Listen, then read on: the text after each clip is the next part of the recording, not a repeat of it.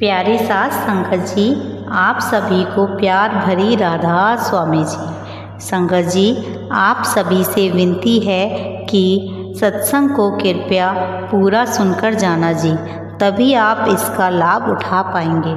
संगत जी, जैसे एक बच्चे को स्कूल से आते समय रास्ते में यदि उसके पिता मिल जाएं, तो पिता बच्चे के भारी बैग को खुद उठा लेते हैं, फिर बच्चे को अपने साथ लेकर चलता है।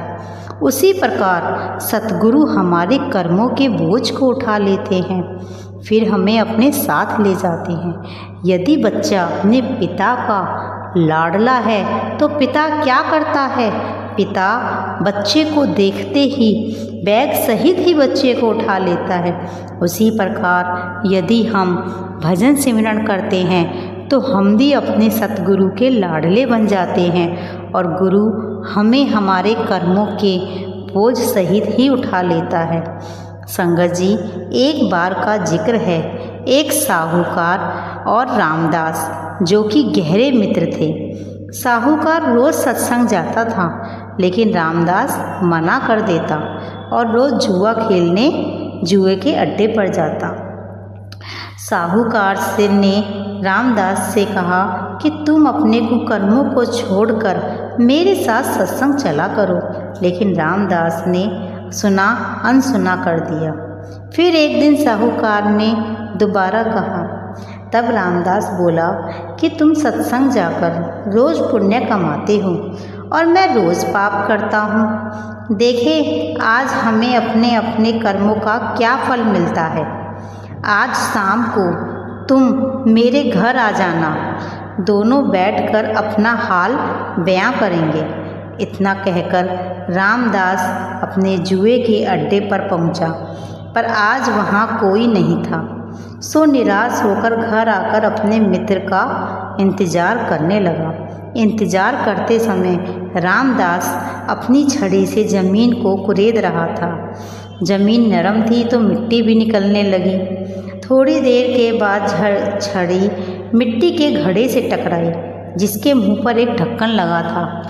रामदास ने सोचा कि शायद इसमें सोने की मोहरें होंगी। सोचकर उसने ढक्कन हटाया। सोने की मोहर ऊपर ही थी, लेकिन सिर्फ एक ही मोहर उसमें निकली और बाकी सारा मटका कोयले के टुकड़ों से भरा था। केवल एक मोहर से ही वह संतुष्ट हो गया कि चलो कुछ तो मिला। संगत जी, उधर जब साहूकार सत्संग से लौट रहा था तो वह लंगड़ाता हुआ आया।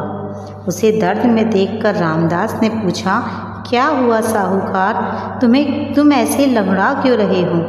साहूकार बोला, आते समय अचानक एक लंबा सूल मेरे पैर में चुभ गया और सूल से मैं जख्मी हो गया। इस पर रामदास हंसा और बोला, तुम ही देख लो, तुम सत्संग में जाते हो तो तुम्हें क्या मिला? सूल की पीड़ा, और मुझे पाप करने से मिला सोने की मोहर। साहूकार के मन में शंका हो गई। कुछ देर सोचने के बाद बोला, क्यों ना गुरु साहिब से ही इसका कारण जाना जाए। फिर दोनों गुरु जी के पास गए और अपनी अपनी आप बीती सुनाई।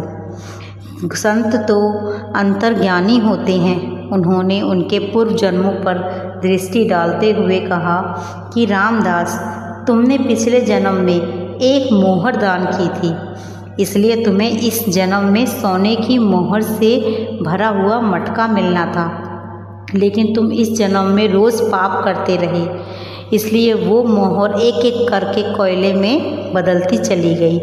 आज तुम अपने पाप से बचे रहे, अन्यथा ये एक मोहर भी तुम्हारी आज कोयला बन जाती।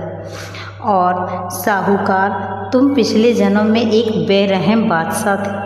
तुमने कई लोगों को मौत के घाट उतारने का आदेश दिया, इसलिए इस जन्म में तुमको बहुत दुख मिलने थे और तुम्हें सूली पर चढ़ाना था, लेकिन तुम रोज़ सत्संग आते थे, इस कारण तुम्हारे सूली का सूल बन गया और तुम्हारे कर्मों का बोझ हल्का हो गया।